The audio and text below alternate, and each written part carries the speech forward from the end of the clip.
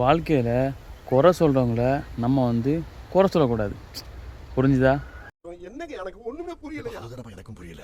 அதாவது இப்போ நம்ம ஒரு தப்பு பண்ணுறோம் வைங்களேன், அப்போது ஏதோ ஒரு விஷயம் பண்ணுறோம், அது வந்து குறையாக தெரியுது. நீ இப்படி பண்ணுற ஒன்றும் இல்லை, நீ இவ்வளோ கிரிக்கெட் விளாட்றியா, ஒழுங்காக விளாட மாட்டேங்க, ஒழுங்காக பேட்டிங் பண்ணிக்க மாட்டேங்க, ஒழுங்காக பவுலிங் பண்ண மாட்டேங்க, ஒரு சைக்கிளிங் போறியா, என்னடா அப்படி பண்ணுற, என்னடா பைக் இப்படி ஓட்டுற, இதெல்லாம் வந்து குறையாக பார்க்காதீங்க.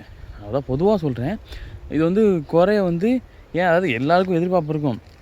இவன் இப்படி பண்ணுறான், இவன் இப்படி பண்ண மாட்டேங்கான், என் பெற்றவங்க கூட இருக்கும், என் பையன் எப்படி இருக்கான், அப்படி படிக்க மாட்டேங்கான், இதெல்லாம் குறையாக நினைக்காமல் நான் அந்த குறைய வந்து எப்போ நம்ம நிறையாக்க போகிறோம்.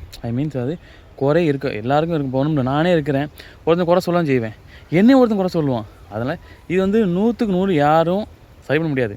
ஆனால் நம்ம ஒரு விஷயத்தை அப்படி இப்போ தப்பாக பண்ணுறோம்னா அதை சரி பண்ணுறதுக்கு எவ்வளோ வழிகள் இருக்குது.